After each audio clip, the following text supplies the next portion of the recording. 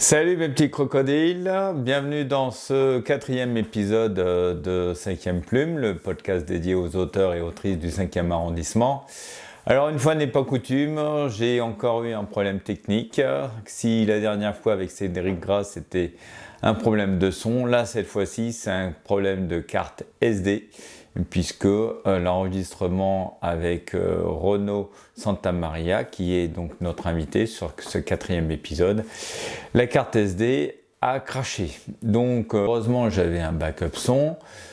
De ce fait, j'ai pu réaliser le montage de ce quatrième épisode. Je vous en souhaite un bon visionnage et je vous dis à bientôt mes petits crocodiles et surtout, continuez à lire. Bienvenue dans 5e Plume, le podcast qui vous emmène à la rencontre des auteurs et autrices vivant dans le 5e arrondissement.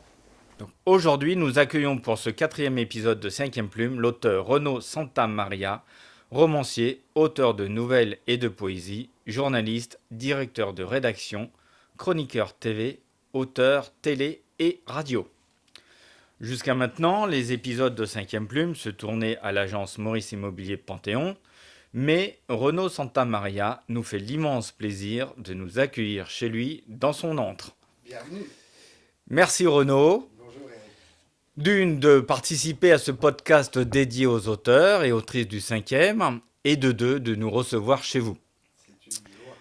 Cela fait-il longtemps que vous habitez le 5e, et pourquoi le 5e ? Alors tout d'abord, bonjour et merci d'être là. Et c'est une grande joie de vous recevoir, Eric. Merci à vous. Alors le 5e, oui, c'est quand même la grande thématique de vos interviews. Pourquoi ? Alors ça fait 30 ans que je suis arrivé à Paris et 30 ans que je suis dans le 5e arrondissement. C'est d'ailleurs assez marrant parce que pour vous prouver mon attachement, j'ai déménagé 3 fois depuis que je suis parisien et 3 fois dans le 5e. 3 fois dans le 5e. Au départ, pour tout vous avouer, j'étais rémois et mon grand amour, mon premier grand amour, était rémoiselle aussi. Et puis quand nous nous sommes quittés, elle est partie à Paris. Et ça m'était douloureusement insupportable. Et j'ai cherché à la retrouver, coûte que coûte, en venant moi-même à Paris, dans le 5e, que je découvrais un peu grâce à elle. Et je ne saurais que trop la remercier parce que, pour tout vous avouer, une fois encore, on n'est jamais ressortis ensemble. Nous sommes restés des amis, des âmes sœurs. D'ailleurs, elle est dans le roman Sœur attachance, Mathilde.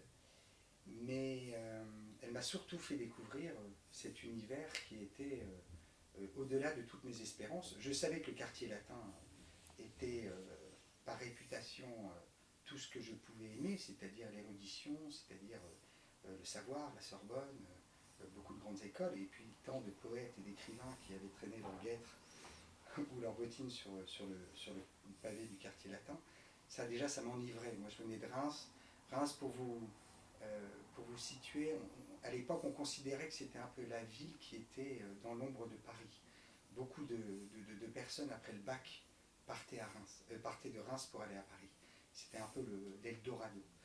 Et donc, moi, j'avais toujours en moi cette envie. Mais c'est vrai que c'est Mathilde qui a provoqué tout ça, et le 5e, ça a été au-delà de mes espérances. Paris a été, au travers du 5e arrondissement, la concentration de tout ce que je pouvais fantasmer en tant que provincial, et notamment provincial amoureux de la littérature et de l'art en règle générale. Donc on parle de... En termes d'âge, vous avez quel âge quand vous avez arrivé à Paris du coup ? J'ai 23 ans. Vous avez 23 ans, Oui. D'accord. Ok. Donc toute votre adolescence et toutes vos études à Reims, Oui. et vous arrivez donc à Paris pour 23 ans. Vous faites peut-être des études Oui, c'est-à-dire sur qu'à Paris ? Reims, j'avais fait des études d'histoire et d'histoire de l'art. Et puis, j'ambitionnais de faire de la philo aussi. Et donc, la Sorbonne était la voie royale. Tout faisait sens. Et le 5e arrondissement a été formidable parce que ça me permettait quelque part de quitter ce Reims que je trouvais très étouffant dans son aspect de tout se sait, tout se dit, il y a un centre-ville, tout le monde se connaît. Et je dois dire que moi J'avais un rapport douloureux à ça. J'aspirais parfois beaucoup plus d'anonymat. Et le 5e arrondissement a été un mixte parfait. Parce qu'en l'état, c'est un petit village. Aujourd'hui, c'est 55-56 000 habitants. C'est pas si grand, hein. C'est moins que Asnières ou le Valois-Perret. Hein. Et en même temps, c'est la possibilité de changer d'univers en changeant d'arrondissement et d'aller dans des environnements où vous serez peut-être un peu moins connu que dans votre quartier. Je dois dire que ça a été une grande source de liberté pour moi, qui ne s'est jamais tarie avec le temps. Aujourd'hui encore, j'aime Paris, j'aime le 5e, parce que j'ai le sentiment de vivre avec tous ces grands maîtres qui m'ont vraiment inspiré pour l'écriture et pour l'art en règle générale, qui sont passés parce que c'est un chemin incontournable, et parallèlement parce que ça contente cette soif de liberté absolue. Donc merci de nous confier cette partie de votre vie. Alors aujourd'hui, nous rencontrons l'écrivain, mais avant d'arriver à l'écriture, vous avez une carrière télévisuelle en tant que chargé de production, producteur exécutif, programmeur pour diverses chaînes, France 2, France 3, Canal+, 13e rue, et collaboré à l'émission de Thierry Ardisson Rive droite, Rive gauche, également à Salut les Terriens. Donc même si vous exercez toujours à la télévision, que retenez-vous précisément de ces 2 décades de 2000 à 2019 ? Beaucoup de choses, parce que très clairement, moi j'avais le souvenir quand j'étais en pension à côté de Reims, adolescent, d'avoir comme souvenir incandescent avec l'adolescence, de regarder Lunettes noires pour Nuit blanche et de Thierry Ardisson, et je dois dire que je formulais auprès de mes camarades déjà à l'époque le désir brûlant de travailler un jour pour lui, ce qui laissait un peu pantois mon entourage, parce que de là d'où l'on venait, d'ambitionner de travailler à Paris et avec Thierry Ardisson, à la télévision, parce qu'à l'époque, quand on n'est pas de ce milieu. Quand on n'est pas du tout de ce milieu, et puis à l'époque, la télévision, vous avez raison de le dire, Eric, c'était quand même quelque chose de beaucoup plus important qu'aujourd'hui. Aujourd'hui, on a les réseaux sociaux, on a le numérique, on a Internet, c'est vrai qu'on ne se rend peut-être pas compte, mais à l'époque, c'était énorme. Et j'ai jamais lâché l'idée. Donc en fait, il y a eu, au travers de cette escapade à la recherche de Mathilde, qui était partie à Paris, il y a tout un mois de mon adolescence et de ma jeunesse qui s'est construit, qui s'est bâti grâce à cette volonté de vouloir la retrouver. C'était déjà romanesque finalement, et ça a surtout été constitutif de ma vie, parce que quand je suis allé rencontrer Thierry Ardisson évidemment sans rendez-vous, hein, donc au départ on m'a fermé la porte, je suis rentré par la fenêtre dans tous les sens du terme. Et ce qui est assez drôle, c'est que ce qu'il m'a dit immédiatement, il m'a dit pourquoi vous voulez faire de la télévision. Et c'est vrai que dans le fond du fond, moi ce qui m'intéressait, c'était de travailler pour lui, et non pas pour faire de la télévision. Je pense qu'il me testait, il voulait savoir si j'étais attiré par les paillettes et ce monde de strass propre à l'imaginaire qu'on peut avoir de la télévision, où tout est fantastique, tout est érotisant, tout est sublime. Mais je lui ai répondu, vous auriez fait du cirque, j'aurais fait du cirque. Donc c'était pour dire que c'était vraiment pour lui que je voulais travailler, et qui plus est, ça me coûtait de dire ça, parce que le cirque est quelque chose qui m'a toujours effrayé quand j'étais enfant. Je crois que j'y suis allé 2 fois, et ma douce et tendre mère a compris qu'il fallait plus m'y amener, parce que j'en faisais des cauchemars, notamment à cause des clowns et du clown blanc qui m'a terrorisé. Mais, et tout de suite, Thierry Ardisson m'a dit, c'est marrant, vous ressemblez à des Esseintes. J'étais habillé en redingote noire, c'était l'époque où j'étais très dans le mouvement Dark Wave, la musique un peu Cold Wave, Joy Division, Cure. J'étais tout le temps en redingote, type 19e, tout le temps habillé en noir, et ça n'a pas changé. Côté gothique. Ouais, un peu, voilà, dandy, et dandy gothique. Dandy gothique. Très ambiance, en fait, l'ère victorienne, 19e siècle. Mm. Et sauf que des Esseintes, je savais très bien qui c'était quand il dit ça. Parce que moi, c'était mon personnage de roman préféré. Donc, tous les sens. Donc, j'ai répondu, des Esseintes, c'est effectivement mon personnage de roman préféré, en citant évidemment Huysmans, qui était, et qui reste encore un écrivain d'importance pour moi. Et là, il m'a regardé du coup assez doublement surpris, ouais, avec ma réponse sur... Donc, il a compris que vous aviez du fond. Oui, et puis que peut-être j'étais pas là par hasard, c'est qu'on avait peut-être, enfin certainement quelques points communs. Et bah, écoutez, il m'a embauché en tant que stagiaire au départ, mais il m'a dit tu commences dans 15 jours. Donc cette aventure elle était belle parce qu'il m'a donné la chance. Et, et j'écrivais déjà moi à l'époque, dans mon coin, j'ai toujours écrit. J'écrivais de la poésie très jeune. Et parallèlement, je pouvais évidemment profiter d'un travail qui était un travail, et c'est un luxe pour beaucoup de monde, un travail qui me passionnait parce que je travaillais avec l'homme qui a été durant toute mon adolescence un peu comme un modèle. Moi je n'ai pas eu de père, Mhm. j'étais élevé que par ma mère, et je pense qu'inconsciemment c'était le père que je désirais avoir. Donc ça a été très beau. Il m'a donné une chance folle. On a travaillé quasiment 20 ans ensemble. J'ai pu toucher à tous les secteurs de la corporation de l'audiovisuel, donc autant de la programmation effectivement que de la prod, et puis beaucoup de journalisme. J'ai fait mes premiers sujets pour Il droite et gauche avec lui. Et puis pour finir, en tant qu'auteur, c'est-à-dire que j'écrivais pour certains chroniqueurs, et puis voilà, vivre de ma plume aussi. Et en parallèle, je publiais mes romans. Je dois dire que c'était très heureux de pouvoir Donc, parvenir à tout ça. une vie intense, j'imagine également, du coup. Alors intense parce que intense dans le sens où Thierry Ardisson est quelqu'un qui un staccanoviste, le staccanoviste du travail. C'est quelqu'un qui est très exigeant, mais il est aussi pour lui-même. Donc c'est pour ça qu'il a été une sorte de modèle pour beaucoup d'entre Mhm. nous. Donc c'est pas du tout pour le côté les sorties, la nuit et toute cette fanfaronnade qui est en fait plus de l'ordre de la mythologie, enfin du mythe pardon, que de la réalité. Mais ça m'a appris une rigueur, ça m'a appris un travail et je l'ai beaucoup observé.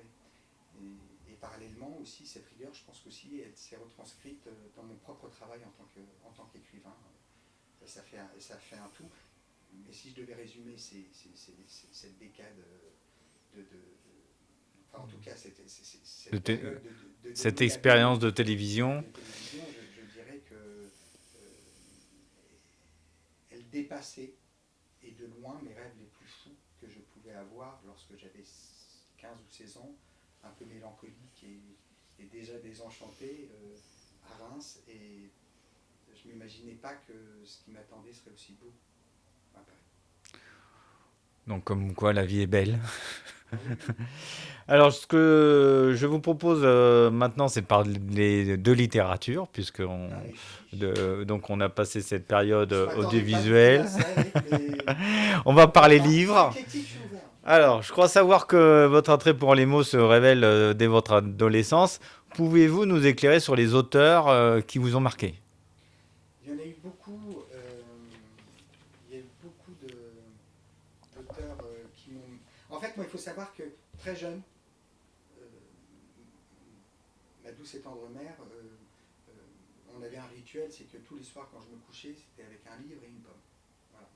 Et d'ailleurs, souvent, le lendemain matin, j'étais pas toujours très au fait de la grande vadrouille qui était passée la veille à la télévision et que tous mes copains et copines avaient regardé et dont ils parlaient. C'est vrai que j'étais pas dans le coup. Nous, c'était vraiment ce rituel Les qui a livres. été ma formation. Ça a toujours été les livres et la pomme avec le livre. D'ailleurs, aujourd'hui, la pomme, elle est toujours présente quand je lis un bouquin, une bande dessinée, ou quand je regarde un bon film ou une série. Enfin, c'est très. Donc, j'ai vraiment grandi avec les livres. Donc, ça a été autant la bibliothèque rose, bibliothèque verte. Il y a eu le Club des 5, ça m'a énormément marqué. Après, évidemment, Arsène Lupin, ça a été essentiel pour moi. Notamment, je me souviens très bien de l'île aux 30 cercueils. C'est vraiment ce livre-là qui m'a énormément impacté. Et puis là où je tombe à la renverse, moi je lisais beaucoup de poésie, et très jeune, et ça a été vraiment Arthur Rimbaud. J'ai 12 ans, je tombe de ma chaise. Mais à proprement parler, je suis subjugué. C'est foudroyant. C'est foudroyant, et en même temps c'est marrant parce que quand je découvre Arthur Rimbaud, je découvre les Cure. On est en 84, qui est un groupe quand même qui est encore à cette époque-là assez noir. Et je trouve que ce mix était assez idéal et a construit non seulement évidemment une richesse de découvertes et une profusion de mots, d'imaginaire et d'émotions vives, et en même temps a probablement aussi créé un spleen dont j'ai eu beaucoup de mal à me détacher par la suite parce il me chavirait tout autant qu'il me désespérait, mais en même temps il y avait une complaisance d'être bien dans cette espèce de mal très riche. Donc voilà, Rimbaud, ça a été très très fort. Et puis, beaucoup d'auteurs m'ont beaucoup marqué, Chateaubriand énormément, Stendhal évidemment. Et puis, quand j'arrive sur Paris, c'est marrant de dire quand j'arrive sur Paris. Comme vous. Voilà, moi, les mémoires d'outre-tombe, ça a été le génie du christianisme aussi, c'était surpuissant. Et quand j'arrive à Paris, j'ai une amie qui me dit, écoute, il y a un auteur qu'il faut que tu lises. Alors, j'aimais aussi énormément Huysmans, j'aimais beaucoup des auteurs comme, pardonnez-moi, Les Chants de Maldoror, donc de Tréamont, voilà. Donc cette poésie-là, Isidore Ducasse, Cros, Corbière, étaient vraiment moi, la poésie était très très forte. Et puis parallèlement, on me propose de lire un livre, c'est une très bonne copine qui me dit, écoute, ce livre-là, tu vas forcément l'aimer parce que c'est moi, pour moi, c'est toi dans ce livre. Et je ne connaissais pas l'auteur. Et moi j'étais très fermé dans le sens où pour moi la littérature, il fallait déjà se nourrir des grands maîtres. Donc les auteurs contemporains encore vivants, ça ne piquait pas ma curiosité et je n'avais pas beaucoup de volonté de m'y mettre. Bon, c'était un peu dédaigneux, d'ailleurs, hein, pour être absolument honnête. Et ce côté un peu élitiste, pompeux, qui était idiot, mais comme quand on est assez radical, quand on a 20 ans. Mais je me dis, je vais quand même le lire, ce livre. Et il est resté sur ma table de chevet pendant des mois avant que je l'ouvre. Et quand je l'ouvre, c'est pareil, c'est une découverte qui est folle. C'est Les gens de la nuit de Michel Déon. Les gens de la nuit, là, je ne peux pas faire autrement qu'en faire la promotion de Michel Déon. Et Michel Déon, que j'ai eu la chance par la suite, pareil, comme pour Ardisson, j'ai voulu le rencontrer. Et on s'est rencontrés. Et d'ailleurs, j'ai une version de l'ouvrage original que Michel m'a dédicacé. On avait des correspondances manuscrites, on s'envoyait des lettres, lui et moi. Il nous a quittés il y a quelques années. Mais ça a été une vraie révolution littéraire pour moi, et pas que littéraire. Parce que il y a tout un état d'esprit au travers de l'écriture de Michel Déon et aussi de ses camarades, hein, qui étaient notamment Antoine Blondin, et puis ce qu'on a pu appeler un peu les hussards. Les hussards. Voilà, et toute cette jeunesse un peu désinvolte d'après-guerre, qu'on a catalogué un peu à droite, voire. Et qui était un peu dans une forme d'insolence et de rébellion face à la doxa des courants existentialistes, très politiques, d'après-guerre, et dont eux voulaient se départir avec un peu plus de fun, de désinvolture, et puis les sorties dans les boîtes à jazz, les voitures décapotables américaines, les jolies filles dans la nuit à Paris. Et voilà, ça correspondait, j'avais le sentiment de trouver exactement ce que moi j'étais venu aussi chercher en arrivant un an plus tôt à Paris, sauf que Michel Déon le racontait avec, oui c'est ça, 40 ans d'avance. Et c'est marrant parce que c'est là où je me suis aussi rendu compte que peu importe l'époque, on a quand même des natures qui nous amènent à être plus sensibles à certains et pas à d'autres. Et voilà, et cette fougue-là, cette soif de connaissance, ce milieu de la nuit, mais ce milieu de la nuit, c'est pas nightclubber, hein. C'est noctambule, c'est différent. Hein. C'est cette curiosité, c'est ce sentiment de se sentir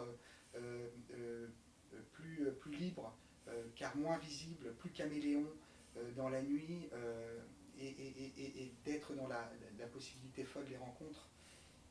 Et ça, voilà, c'était fulgurant. Michel Léon, c'est fulgurant.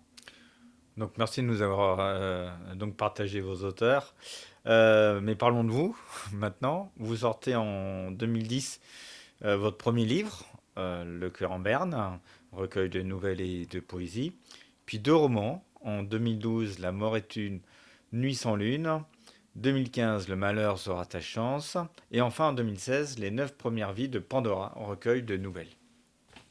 Ces quatre opus sont des livres de témoignages autobiographiques, puisque vous y évoquez le souvenir de votre mère, Palma, et celui de votre chatte, Pandora. À quel point c'était important pour vous de coucher sur des pages blanches toute votre affection? Alors, je pense que le terme affection, je vois ce que vous voulez dire, mais il y a aussi une nécessité dans l'écriture de rendre hommage à ceux qui nous ont permis de vivre un peu mieux. Parce que l'existence, elle n'est pas, aussi simple qu'on veut bien le dire. Qui plus est, on ne peut pas vivre sans penser au terme de la vie. Donc, on a quand même besoin. Il y a beaucoup de choses qui sont anxiogènes dans nos vies. Et il me semble que c'est un devoir pour beaucoup d'écrivains, en tout cas, moi, c'est une certitude, de rendre hommage à ceux qui nous ont permis de participer à faire en sorte que la vie soit belle pour nous. Et donc, évidemment, Palma, elle est dans tous mes ouvrages, Pandora aussi. Palma, c'était ma maman, et elle l'est toujours, même si elle n'est plus là aujourd'hui. Et Pandora, c'était cette chatte noire qui était toujours là lorsque j'écrivais, et qui était toujours près de moi, qui n'est plus là non plus. Et c'est marrant parce que l'une comme l'autre, j'y pense tous les jours, évidemment.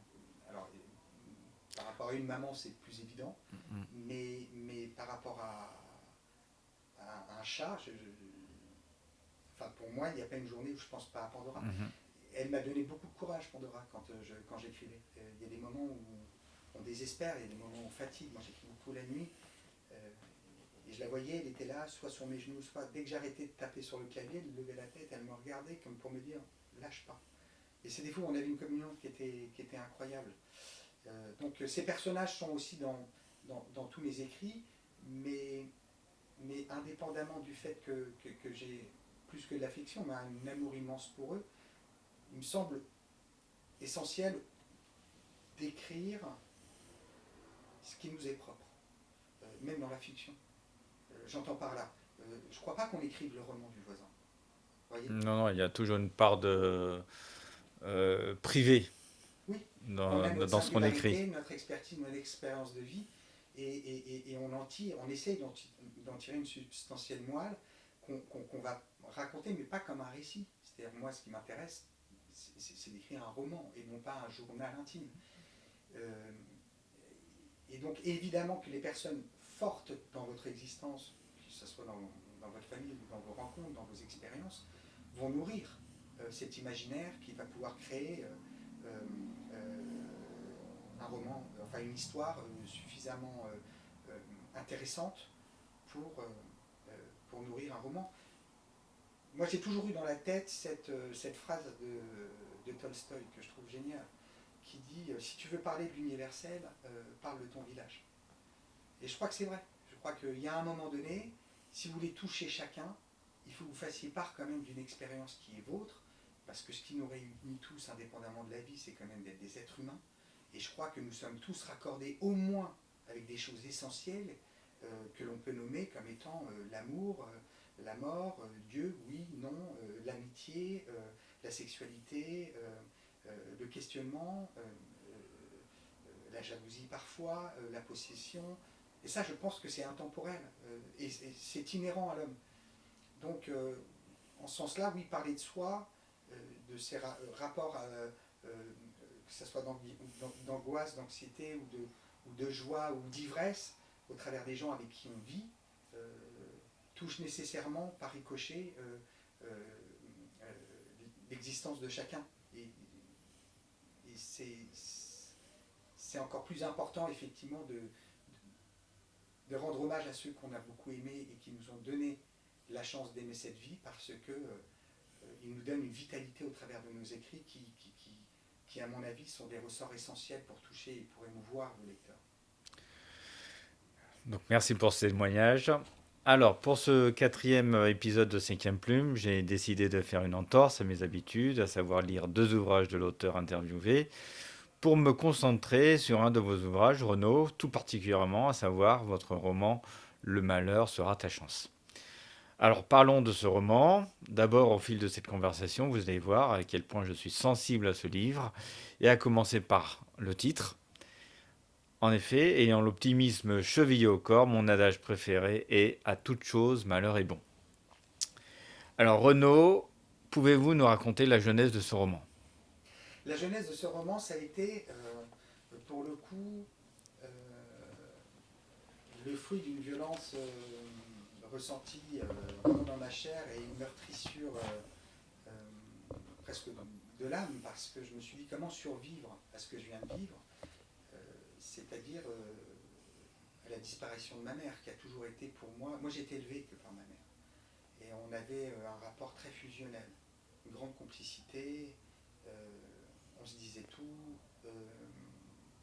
on avait un amour fou l'un pour l'autre. Et c'était un peu mon phare dans mes nuits de tempête, vraiment. Ça a toujours été cette personne qui, lorsque, peut-être par trop de sensibilité, j'ai parfois été dans des tristesses où il y a toujours une mélancolie qui m'a collé à la peau, et elle a toujours été là pour veiller au grain, pour avoir les mots, pour me remonter. Je pense qu'à sa manière, elle m'a sauvé la vie 100 fois. Après déjà me l'avoir donné, donc franchement, inutile de vous dire que je lui dois plus que ce qu'il est possible de donner. Et il s'est avéré que voilà, elle était atteinte d'un cancer, et la dernière année de sa vie, on l'a partagée à essayer de combattre cette maladie. Et cette maladie a eu le dernier mot, physiquement j'entends, parce que maman, quand elle parle, elle était très croyante, elle souriait aux infirmières qui étaient en train de pleurer, en disant Palma, Palma, Palma, et maman leur disait mais je pars juste un peu avant vous, je vais veiller sur vous en haut, je passe de l'ombre à la lumière, rassurez-vous, c'est que du bonheur. Donc elle avait une foi inébranlable. Mais ça a été évidemment un vide abyssal lorsqu'elle est partie, et il y avait en moi un sens à la vie, à l'existence qui disparaissait. Je n'étais pas encore père, je venais de finir une histoire d'amour qui avait été longue, j'étais en absence totale de tout repère, et le seul phare dans ma nuit disparaissait. J'avais l'impression vraiment que j'étais dans une obscurité qui ne verrait pas le bout. Et je crois que ma survie a tenu au fait de me dire rends-lui hommage. Rends-lui hommage. J'ai écrit un livre sur elle, et au travers de cet hommage, ça a été aussi de... je vais tout vous dire, mais et d'ailleurs de toute façon je l'ai écrit au début du livre, mais peu avant que maman parte, je lui avais dit écoute maman, toi tu as une foi inébranlable. Moi je te perds, ma foi elle subit beaucoup de doutes, et ta disparition enfonce le clou de mon doute, parce que c'est tellement injuste. Et partir à ton âge, c'est tellement injuste. Donc, pour que je ne perde pas totalement pied, et puisque ta foi est inébranlable, bah, si tu passes de l'autre côté, démontre-moi que ta foi était la bonne. Moi, je vais attendre des signes de toi. Voilà, vous recherchez des signes. Voilà. Et c'est ce qui m'a tenu en vie. Et c'est ce que j'ai raconté au travers de ce roman. Alors évidemment, je ne dirai pas tout, mais... Voilà. Voilà. La question que nous, en tout cas qu'on peut se poser, puisque ayant lu votre livre, Renaud, concernant Palma, quelle est la part autobiographique et la part romancée dans ce livre?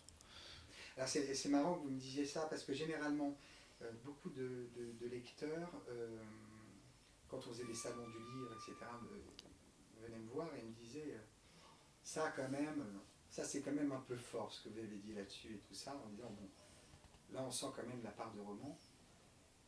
Et sur d'autres choses, ils étaient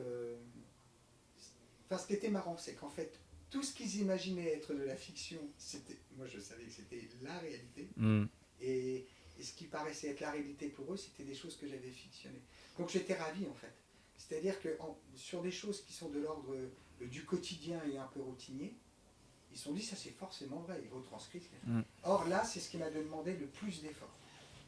Finalement, on ne se rend pas compte à quel point raconter la routine et le quotidien, c'est difficile. Très difficile. Parce que pour un auteur, c'est pas ce qu'il y a de plus stimulant. Mais il faut lui donner en plus du crédit. Donc dans ces moments-là, vous êtes dans une observation et vous êtes dans une rigueur de dire il faut que ça soit crédible. Souvent, on donne beaucoup de travail pour que les choses paraissent très simples. Voilà.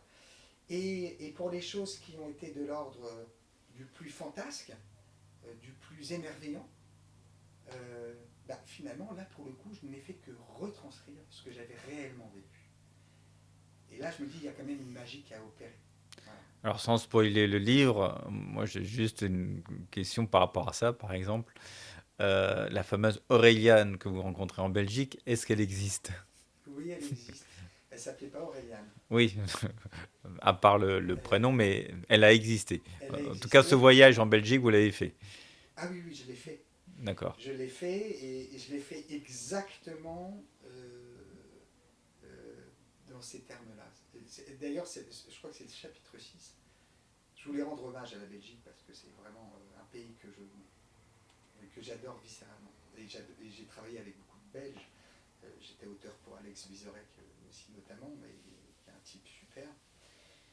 Mais ce passage-là, vraiment pour le coup, c'est peut-être le passage où il est le plus exact dans son authenticité. Mais pareil, c'est-à-dire que elle est folle cette histoire. Donc, Elle est belle, elle est belle cette histoire. Oui. Elle est belle.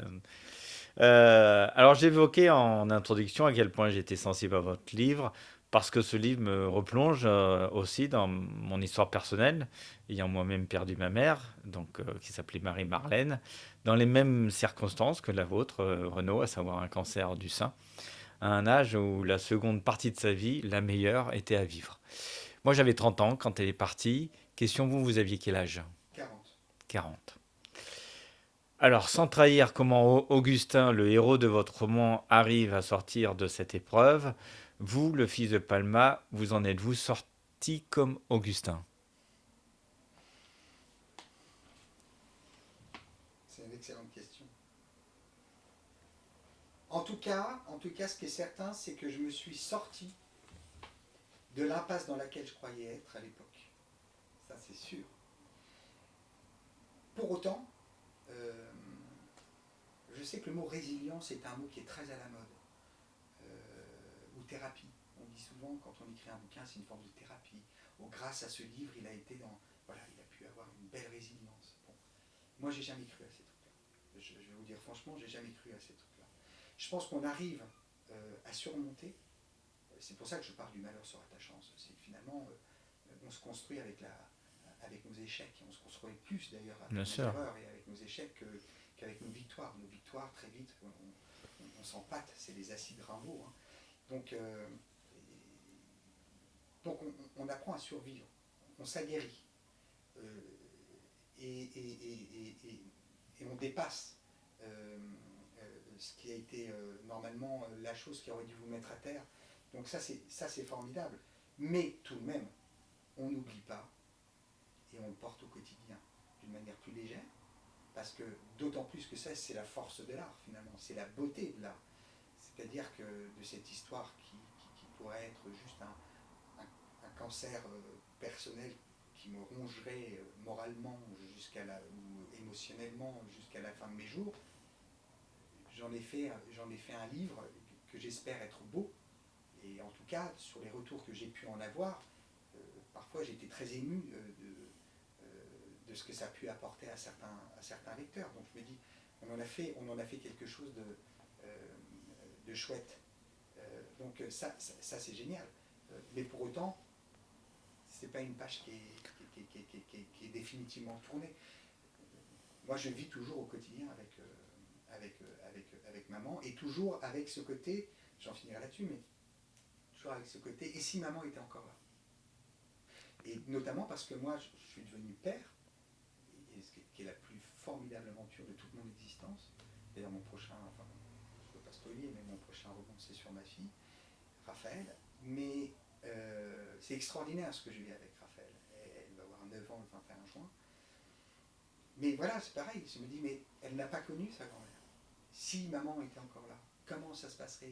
Alors évidemment, on n'est pas quotidiennement à être dans ces non-réponses, parce que sinon on n'avance pas. Avec ces interrogations-là. Voilà, Mais ça taraudera toujours. ça fait partie, puisqu'on a cette même expérience malheureuse, donc Renaud, ça fait partie des gens comme ça qui, à des moments de vie où on a, en tout cas, moi personnellement, quand j'ai des décisions importantes à prendre, donc ma mère était là pour me conseiller. Donc je voulais toujours avoir son œil. Et c'est vrai que ça manque. Ça manque donc dans ces moments-là. Donc j'imagine très bien ce que vous vivez, et encore plus lorsque vous avez des enfants et que leur grand-mère ne sera pas là. Donc on s'interroge également. Mais ça me touche ce que tu dis, parce que on sent vraiment orphelin. On peut se sentir orphelin à 30, à 40, à 50, à 60 ans. Bien sûr. Ce terme-là n'a pas d'âge. Et je me souviens de... Je vous livrerai, c'est intime, mais je vous livrerai 2 choses. C'est lorsque maman décède, elle ne voulait pas être enterrée à Reims. Et moi, je voulais qu'elle soit enterrée à Paris, qu'elle soit près de moi. J'avais 1 semaine, même pas avant l'enterrement. Comment on fait? Je suis seul, je suis à Paris, chez ma famille. Enfin, j'ai 2 grands frères, mais qui n'étaient pas du tout parisiens. Et il fallait que je prenne les choses en main. Et je me souviens, c'est fou de le raconter, que le lendemain de la mort de maman, je me dis, mais comment je vais faire? Tous les cimetières à Paris sont blindés. Il n'y a plus de place à Paris. Les cimetières autour de Paris, pareil. C'était cauchemardesque. Et je prends mon téléphone, je suis dans les escaliers de chez moi, enfin j'allais pour monter chez moi, et je me dis, mais comment je vais m'en sortir? Je me suis assis dans la cage d'escalier. Et j'ai pris machinalement le téléphone de maman, mon téléphone, et j'ai dit, je vais appeler maman pour qu'elle me conseille. C'est fou. Pour dire à quel point les habitudes et l'attachement étaient ancrés, et que même dans la disparition à ce moment-là, pour trouver la solution pour l'enterrer, j'allais encore lui demander conseil. Et aujourd'hui, maman, elle a disparu en 2012, on est en 2025. Quand vous prenez mon téléphone portable, dans mes favoris, le premier numéro avec la photo, c'est toujours ma mère. Je ne peux pas supprimer le numéro. Alors je vous propose d'être plus léger. On se fait une lambada. D'être plus léger et de parler des amitiés qui vous sont chères. Au moment où arrive ce malheureux événement qui vous entoure. Quels sont les amis qui sont autour de vous? Est-ce que les amis d'Augustin sont-ils vos propres amis, ou les amis que vous auriez aimé avoir à ce moment-là? Alors pour le coup, les amis qui sont dans le livre sont réellement mes amis dans la vie. Et, vous avez énormément de chance. J'ai une chance extraordinaire avec Lorraine, qui est d'ailleurs la marraine de Raphaël, et qui a un rôle primordial. Pour rien vous cacher, ma maman connaissait tous mes amis, et tous mes amis adoraient ma maman. Donc quand Palma venait à Paris, si j'avais pas prévenu tout le monde, j'avais des amis qui pouvaient me faire la tête pendant quelques temps. Donc tant et si bien qu'on partait en vacances, en groupe d'amis, avec Palma. Et ça va plus loin d'ailleurs, c'est envoyant maman en maillot de bain sur la plage à Dinard, que Lorraine, qui est avec elle, et j'étais même pas parti en Bretagne avec elle, dit à Palma, c'est quoi cette boule que tu as sur la poitrine? Et Palma dit, bah, je sais pas. Et puis maman, c'était pas quelqu'un qui était chauchotte pour dessous, et qui n'était pas voilà, dans ce type de coquetterie à être tout le temps à se regarder. Et Lorraine lui a dit, écoute, moi ce truc-là, c'est pas un kyste, il faut que tu te questionnes. Et c'est comme ça que Palma, en écoutant Lorraine, a compris que, en allant voir sous ses conseils un médecin, a compris qu'elle avait un cancer. Donc, si vous voulez, tout ça est vraiment imbriqué. Et c'est d'ailleurs pour ça que, c'est ce que je disais tout à l'heure, beaucoup de mon entourage ou de lecteurs que j'ai pu, avec qui j'ai pu m'entretenir après la sortie du livre, pensaient que d'ailleurs, ça s'était inventé. Mais non, j'ai la chance juste d'avoir des amis qui sont absolument extraordinaires. Les prénoms des amis d'Augustin, ce sont les mêmes prénoms donc C'est des les amis de mêmes. votre vie, Mm. ce sont les mêmes.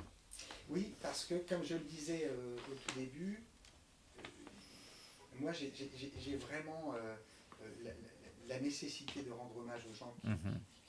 qui m'ont permis d'être mieux parfois ou plus heureux souvent. Et je trouve que le nom a une importance. Mm. Et d'ailleurs, Augustin, je ne le prends pas par hasard, évidemment que c'est moi, et il est dans tous mes romans. Ouais. J'avais bien compris ça. Alors, dernier personnage que je n'ai pas abordé jusqu'à maintenant, à savoir Pandora, votre chatte, pour laquelle vous avez consacré un livre de nouvelles, Les 9 premières vies de Pandora. Alors, racontez-nous qui est Pandora, depuis combien de temps soigne-t-elle vos blessures, est-ce le compagnon fidèle de vos errances nocturnes, celle qui vous réconcilie avec vos semblables, votre lien à la vie. Dites-nous en plus sur Pandora. Alors, Pandora, ça a été vraiment un cadeau du ciel parce que bon, voilà, j'ai eu Pandora, elle était toute petite. Je vous ai évité le hiatus de la beauté du petit chaton tout noir qui vous regarde, parce que bon, on est tous convaincus par ça, c'est craquant, mais on a une relation assez incroyable. D'ailleurs, souvent les gens me disaient, mais c'est pas un chat, c'est pas une chatte, c'est un chien. Elle était tout le temps collée à moi, c'était vraiment mon ombre. Et, et en plus, ce qui a été terrible, c'est que elle était, quand j'étais pas là, la dernière année où maman était souvent à la maison, elle était tout le temps avec maman. Elle reproduisait ce qu'elle faisait avec moi, avec ma propre mère, or, elle ne le faisait pas avec les autres. Et donc, quand Palma est parti, Pandora était encore un peu ce lien que j'avais avec maman. C'était très curieux. Et Pandora, j'ai sauvé Pandora D'un incendie, je crois. d'un incendie qu'on a eu dans l'immeuble, où je suis descendu parce que voilà, il y avait urgence, et puis je suis remonté chercher Pandora. C'est pour ça que j'ai voulu lui rendre hommage avec les 9 premières vies de Pandora. C'était pour expliquer que elle était parvenue à être tellement importante dans mon existence que je pouvais mettre ma vie en péril pour elle. Et Pandora, voilà, donc comme ça a été la compagnon fidèle de tous mes écrits, toujours auprès de moi, etc., ça faisait sens qu'elle soit dans tout que ça soit mes nouvelles ou que ça soit mes romans. Et en même temps, moi j'aimais bien le côté, je sais que j'aime beaucoup le cinéma, notamment la musique encore plus, mais j'ai toujours, quand j'étais gamin, c'était la mode où on passait beaucoup de films de Hitchcock. Et il y avait toujours ce côté où on guettait le moment où on allait voir l'ombre de Hitchcock, son profil en ombre, parce que c'était sa signature dans chaque film. Et je trouvais que moi, ma signature, toujours dans ce principe de vouloir rendre hommage aux gens que j'aime, bah, je trouvais que Pandora, qu'à un moment donné, d'une manière ou d'une autre, elle intervienne, ne serait-ce qu'en passant, c'était important. Alors, dans les 9 premières vies de Pandora, c'est un recueil de nouvelles. D'ailleurs, il n'y en a pas que 9, il y en a 10. Puisqu'il y a la résurrection de Pandora à la fin. Et j'en ai fait quelque chose d'un peu plus universel et plus important que ma propre vie, parce que ma propre petite vie, parce que je voulais qu'elle soit un symbole autre, parce qu'elle est autant dans les tranchées de 14-18, dans les 9 premières vies de Pandora, qu'à la libération de Paris, qu'aujourd'hui dans la tristesse due à une rupture dans la vie d'un homme dans le 5e arrondissement, près de la Sorbonne, à Paris. Donc, on comprend bien que ça ne peut pas être le seul chat, le même chat de toute cette période. Et Bien d'ailleurs, sûr. dans la résurrection de Pandora, elle est là pour la naissance de ma fille. Donc en 2016, donc vraiment voilà.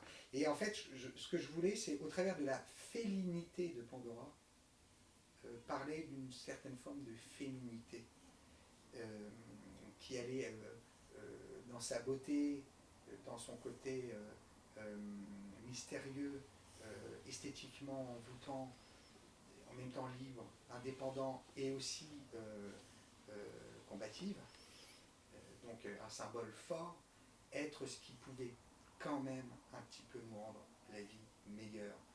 Donc je pense de toute façon, ayant été le fils d'une femme aussi remarquable, j'ai toujours été moi profondément féministe, c'est-à-dire que bon, et évidemment,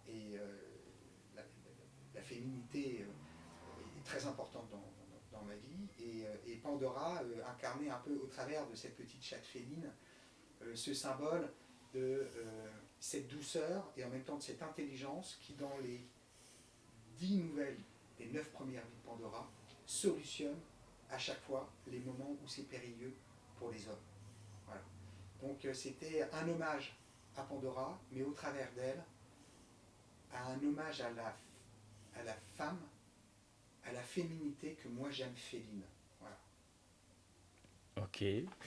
Euh, alors, Ok.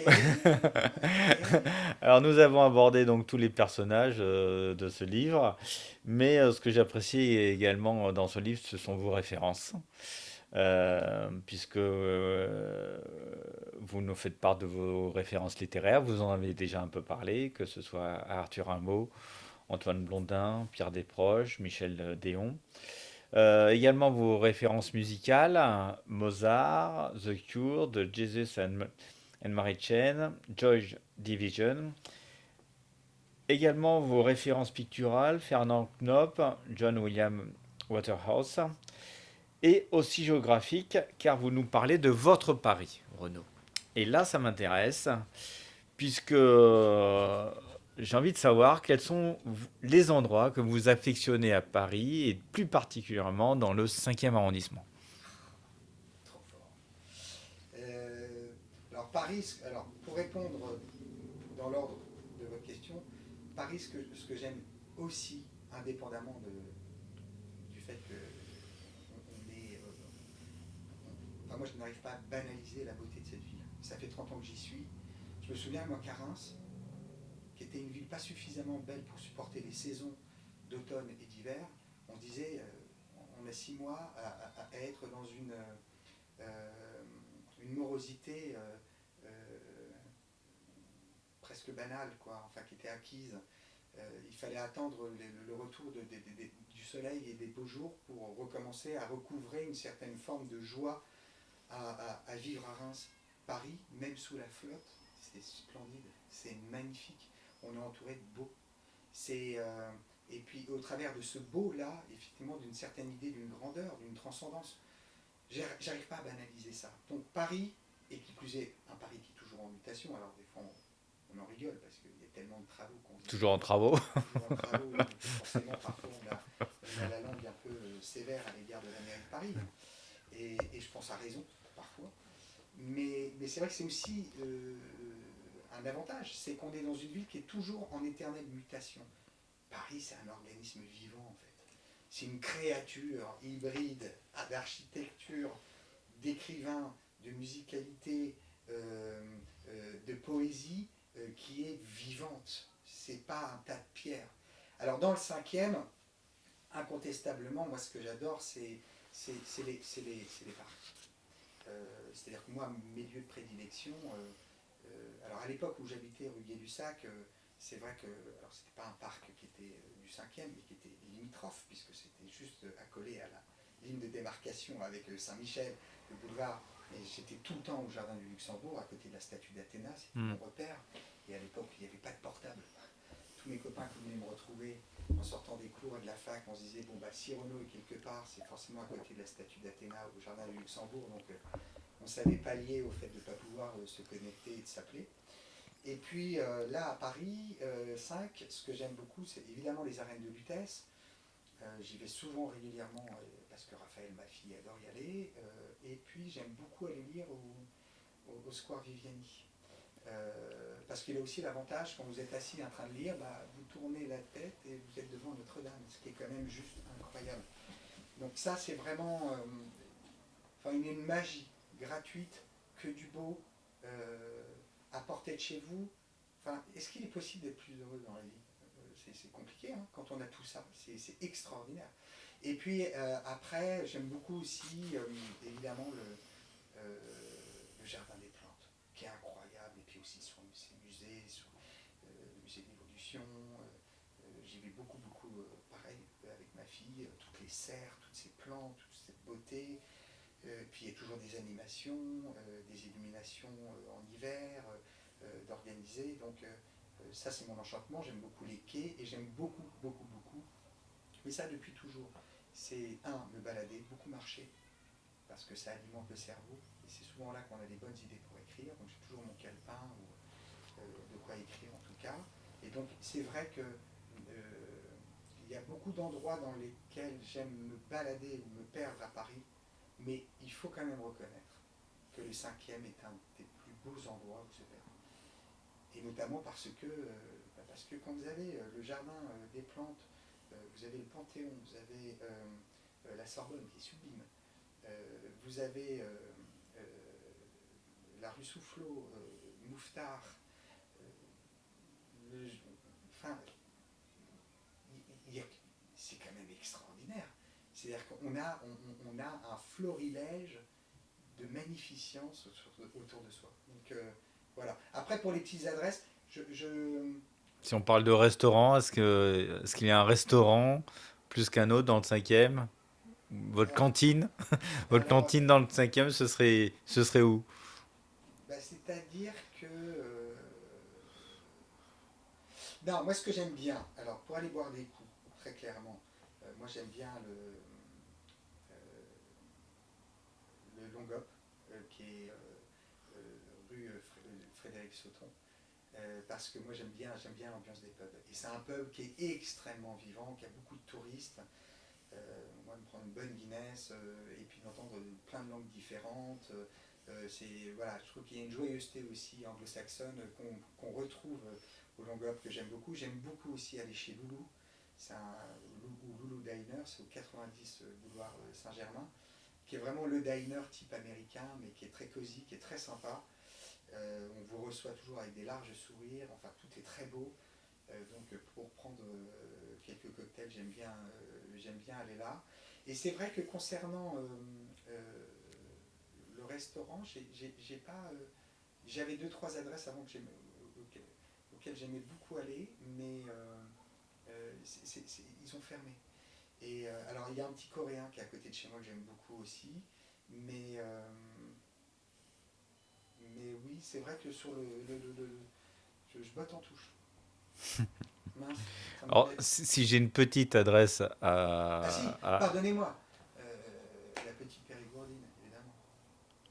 D'accord. Voilà, et évidemment. Et là, on mange super français, sous les super oignons et tout.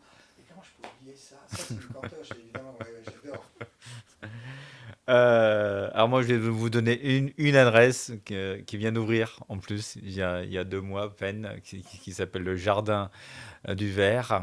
Donc c'est rue La Cépède et je vous invite à y aller parce que c'est vraiment un très bel endroit. C'est Ah, restaurant, hôtel, avec une hauteur sous plafond de plus de 10 mètres d'auteur sous plafond, tout en verre et tout végétalisé en plus. Donc c'est vraiment un ça doit très être très très bel très endroit. beau. Je vous invite à découvrir cet endroit. Ah oui, bah alors volontiers, merci du tuyau. Alors, 2016, votre dernier ouvrage, Les 9 premières vies de Pandora, bientôt 10 ans du coup, votre dernier ouvrage. Avez-vous prévu, Renaud, un autre livre pour bientôt? Alors, oui, c'est une bonne question. C'est vrai que il y a eu de la distance par rapport à ma dernière parution en 2016. Pour tout vous avouer, mon éditeur m'a tout de suite re-signé. J'ai re-signé pour 2 contrats, 2 romans. Et Chez pour, Belfond? non, je suis passé chez Plomb, mais c'est une Vous maison. êtes passé, c'est le même groupe, d'accord. Voilà. Et alors, j'avais beaucoup d'amis écrivains qui m'ont dit, tu vas être papa, ne t'affole pas, mais pendant quelques temps, tu ne vas pas forcément écrire ou publier en tout cas. Je ne les croyais pas trop. Bon, ma fille est née en 2016, on est en 2025, et c'est vrai que je n'ai rien publié depuis. Cela dit, ça ne m'a jamais empêché de énormément écrire d'une part, et surtout, ce temps-là n'a pas été perdu Loin s'en faut, parce que j'ai été nourri comme jamais. La paternité vous amène à, recouvrer le monde d'un autre regard. Et de le ressentir soit à nouveau au travers des yeux de l'enfance que vous aviez un peu oublié pour vous-même, soit à en découvrir encore des aspects qui vous avaient échappé avec le temps. Donc, mon prochain ouvrage sera sur Raphaël, donc ma fille, et très clairement, à mon sens, ça va être un très chouette ouvrage, très bel ouvrage. Bon. Voilà, parce que on devient un autre homme hein, quand on devient père. Et il a fallu aussi que j'accepte cette transformation de moi-même. Je ne suis plus le même dans ma manière d'écrire et d'appréhender le monde. Donc, je me suis dit, prends ton temps, fais les choses bien, mature ce nouveau toi que tu es. Et j'en suis mais ravi. Parce que quand j'écris avec beaucoup plus de plénitude. J'écris avec beaucoup moins d'urgence. J'écris avec une construction qui, pour le lecteur, à mon humble avis, sera encore plus intéressante. Et j'ai le sentiment que j'ai tout gagné à ne pas avoir publié depuis 10 ans. Et je ferai 2 analogies. C'est un peu comme l'amour, hein, finalement. C'est-à-dire, soit vous êtes un grand conquérant et il faut que les conquêtes succèdent, soit vous êtes dans la construction de quelque chose qui est plus unique et plus fort. Moi, j'ai toujours été plutôt de cette école-là, mais encore plus aujourd'hui en étant papa. Et je ne dirai plus jamais, comme je le disais à l'époque où j'étais encore seul et sans Raphaël, et célibataire, ou en tout cas pas papa. Je sais que je disais souvent, quand je publiais un livre, je disais souvent, c'est une paternité. Voilà, il y a eu un temps de gestation, je viens de faire le livre, voilà, c'est mon bébé. Bon. Mais maintenant, il ne m'appartient plus, je le laisse au lecteur. Cette analogie-là, je ne la ferai plus. Parce que concrètement, la paternité, c'est pas ça. La paternité, c'est le jour où on a un enfant, c'est pas de dire je passe au suivant et il appartient à d'autres. Non, c'est de veiller sur lui, c'est de tout faire pour qu'il soit plus heureux que vous l'avez été vous. C'est de veiller à ce qu'il soit toujours dans un équilibre et dans un épanouissement personnel. C'est de veiller à ce que l'amour que vous lui portez il soit réciproque. C'est veiller à lui faire aimer la vie. Donc c'est pas le lâcher dans d'autres mains. Mais en revanche, ce que je sais aujourd'hui, c'est que j'en fais un beau livre. Ça, je pense que je vais toucher à ce qui est le plus important dans mon existence. Et je pense que ce qui va être beau aussi, c'est que vous allez faire un livre que votre fille lira. Mais vous avez totalement raison. Et à l'inverse, malheureusement, celui que vous avez fait sur Palma, elle n'a pas pu le lire. Et là pour le coup, je pense que ce sera important pour vous. Mais c'est très vrai. C'est très vrai, et je finirai juste là-dessus, c'est de dire qu'effectivement, aujourd'hui, quand j'écris, contrairement aux autres fois, et vous avez parfaitement raison, et c'est pour ça que je dis on ne peut plus, l'analogie précédente me convainc plus du tout, c'est que maintenant je sais que ma fille va me lire. Ça change tout. Ça change tout. Bien sûr. Alors cet entretien, Renaud, se termine. Bon, j'y vais avec Merci infiniment d'avoir partagé avec merci à nous vous, votre univers littéraire. cette mise à nu. Ce que je vous propose pour terminer donc cet entretien, c'est de me faire une dédicace. Non, faites pas ça. Une dédicace de votre livre, donc Le malheur sera ta chance, un livre que j'ai apprécié encore une fois.